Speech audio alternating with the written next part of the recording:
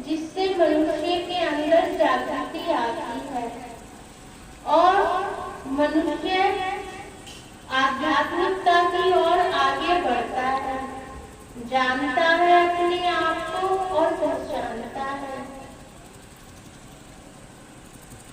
सत्संग वो सत्य है जिसे हमें जानना और पहचानना है।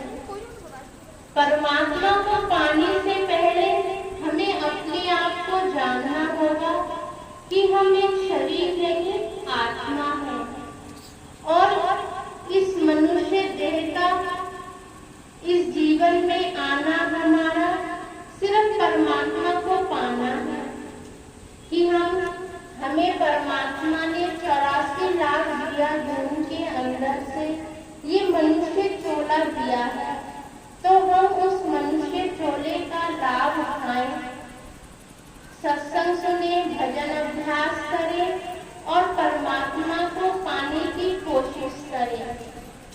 परमात्मा कहीं दूर नहीं है, परमात्मा हमारे अंतर में है, सिर्फ उसे पाना है। कहते हैं किसी भी चीज को पाने के लिए कुछ नियम होते हैं। कहते हैं शिक्षा पाने के लिए बच्चों को स्कूल में भेजा जाता है, स्कूल के भी कुछ नियम होते हैं। इसी प्रकार परमात्मा को पाने के भी नियम हैं।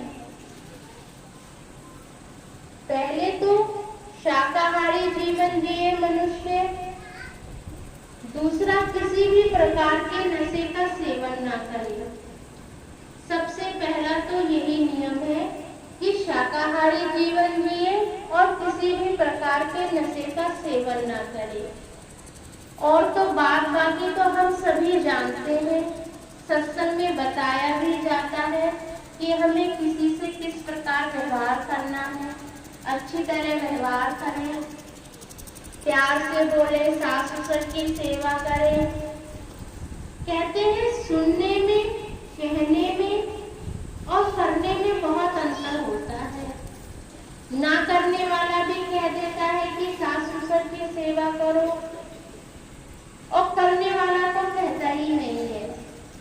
तो कहते हैं करने में, कहने में और सुनने में, तीनों में बहुत अंतर होता है। मगर हमें करनी है। हम सत्संग में आते हैं, हमें सभी बातों का अच्छी तरह पहले ही ज्ञान होता है। कहते हैं ज्ञान तो है मगर उसका प्रयोग नहीं है, पता तो है मगर उसका प्रयोग नहीं करते हैं। बच्चे को पता नहीं है, स्कूल में डालते हैं कि पढ़ना जरूरी है कि नहीं, मगर जब हम डालते हैं, टीचर उसे सिखाता है, तभी तो बच्चा आगे जाकर के पढ़ता है।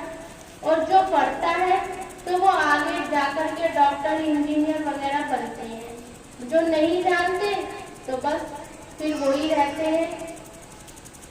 इसीलिए पढ़ना और आध्यात्मिकता दोनों अलग अलग नहीं, एक ही चीज है। आध्यात्मिकता का भी स्कूल है और शिक्षा का भी स्कूल है। पढ़ाई दोनों जगह करनी है, तभी हम सफल हो सकेंगे।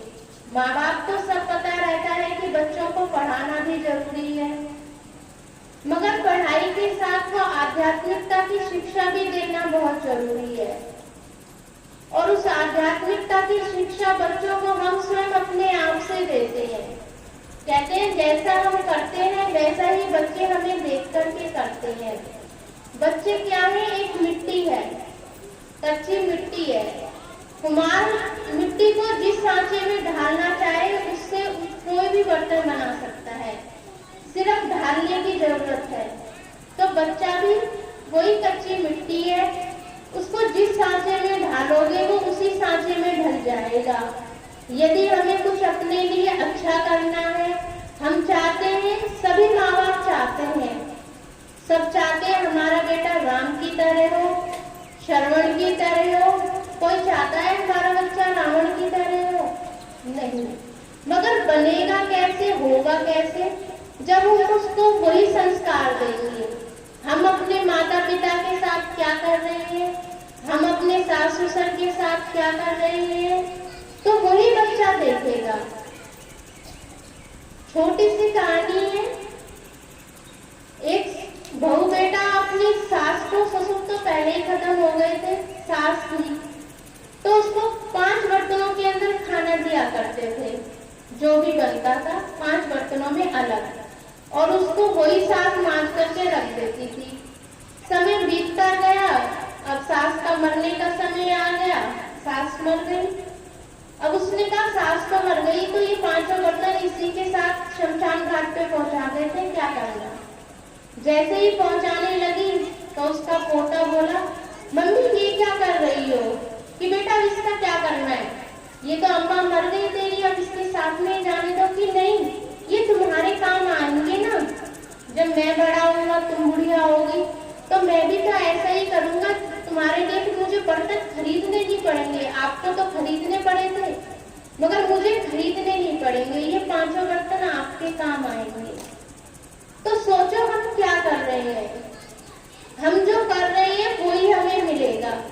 जो खेत में किसान बोता है वही उसे मिलता है।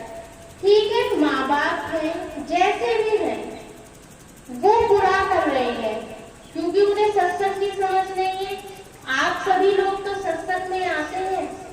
अगर एक अनपढ़ व्यक्ति बात करे तो पढ़ा लिखा कहेगा कि अरे तुम तो अनपढ़ की तरह बात कर रहे हो, मैं तो पढ़ा लिखा हूँ।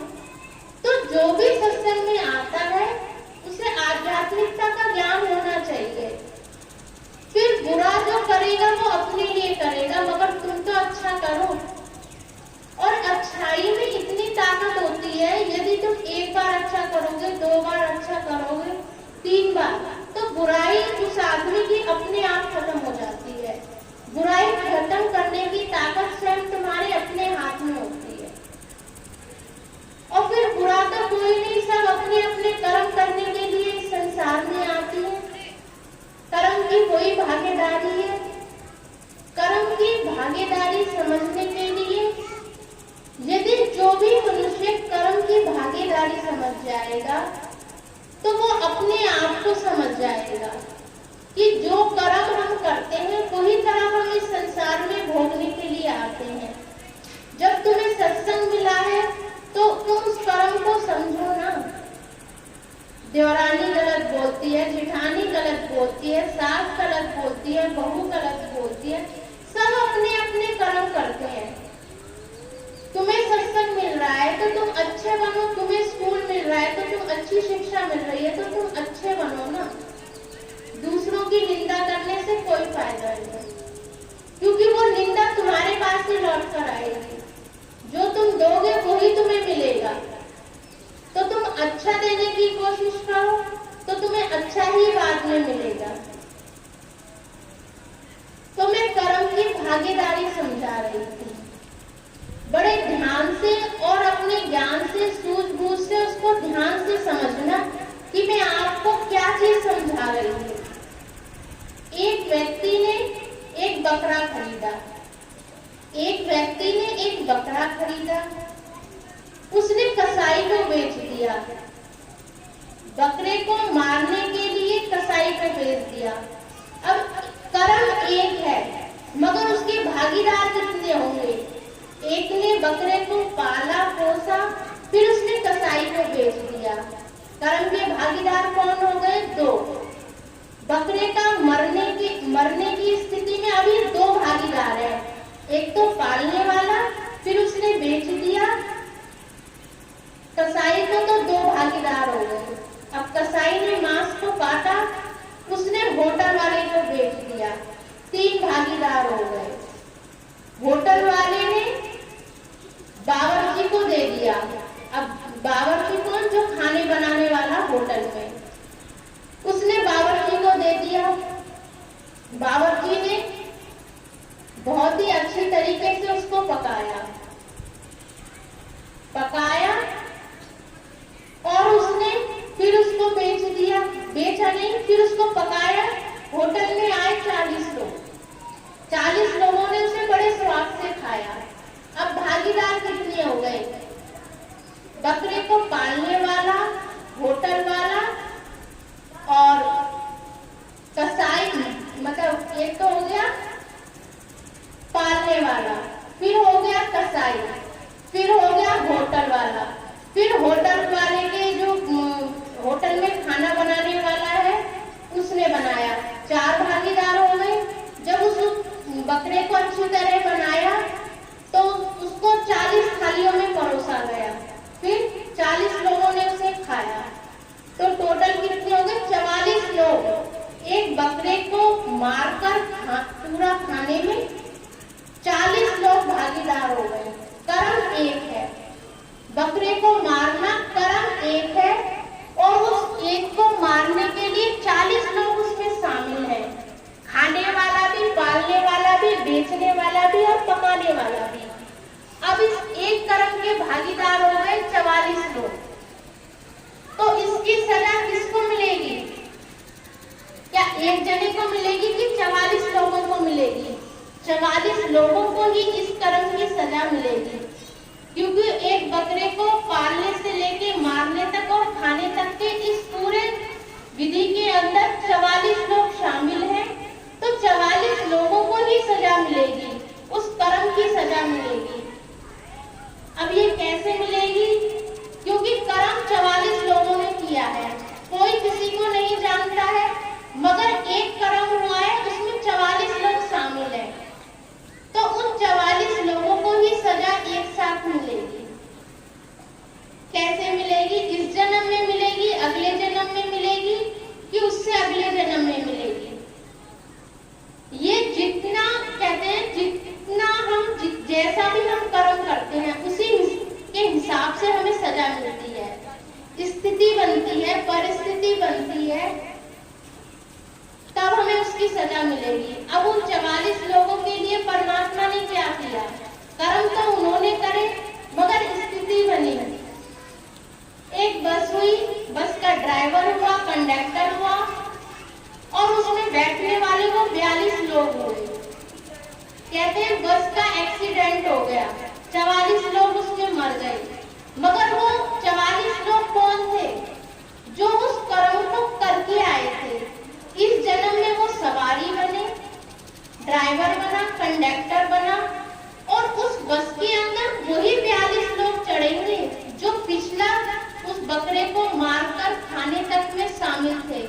तो 42 लोग ही उस बस के अंदर बैठेंगे। किसी की बस छूट जाएगी, कोई बस में बैठा हुआ किसी को कोई याद आ जाएगा तो वो उससे निकल जाएगा। केवल उस कर्म को भोगने में जो 44 लोग शामिल थे, तो उन्हीं को उसके माध्यम से सजा मिलेगी। और हम अब अपनी स्थिति में कह देते हैं कि एक बस का एक्सीडेंट हो गया, आए दिन अखबार में पढ़ते हैं, मोबाइल पे देखते हैं कि वहां वो एक्सीडेंट हो गया, वहां वो एक्सीडेंट हो गया। एक्सीडेंट होना तो सिर्फ एक माध्यम है, मगर हमें तो उन कर्मों की सजा भोगनी है। तो ये कर्म की भागीदारी है। अब हम कह देते हैं कि वो एक्सीडेंट हो गया, मगर क्या वो हम करके आए हैं और कोई उसमें बैठेगा नहीं, वही 44 लोग बैठेंगे। हम बड़ी सरलता से हम समझते नहीं है, अपनी जीभ के स्वाद के लिए हम किसी को भी मारकर खा लेते हैं। तो ये वो कर्म था जिसके कारण सभी को करना पड़ा, क्योंकि उन सभी ने बकरे को मार करके खाया था। सभी उस कर्म के अंदर शामिल थे। तो वो 44 लोग इस तरह से, इस स्थिति से वो खत्म हुए। स्थिति कुछ भी बन सकती है। तो यही कर्म की भागीदारी मैं आपको समझाना चाह रही हूँ कि इसी प्रकार की कर्म की भागीदारी होती है। ये तो बकरे को मारना हुआ, कोई शराब पीता है, कोई पिलाता है, कोई गुटखा खाता है, कोई खिलाता है, कोई बेचता है। इस कर्म का बीज क्या है? हल्का है। इसकी तीव्रता कैसी है? थोड़ी है। कर्म की तीव्रता जिस प्रकार होगी उस प्रकार ही उसका फल भोगना होगा। अभी तो कर्म की भागीदारी आपको समझाई थी, अब कर्म की तीव्रता मैं आपको बता रही हूँ, क्योंकि हमारा जो भी जीवन है वो सभी कर्मों के ऊपर निर्धारित है। यदि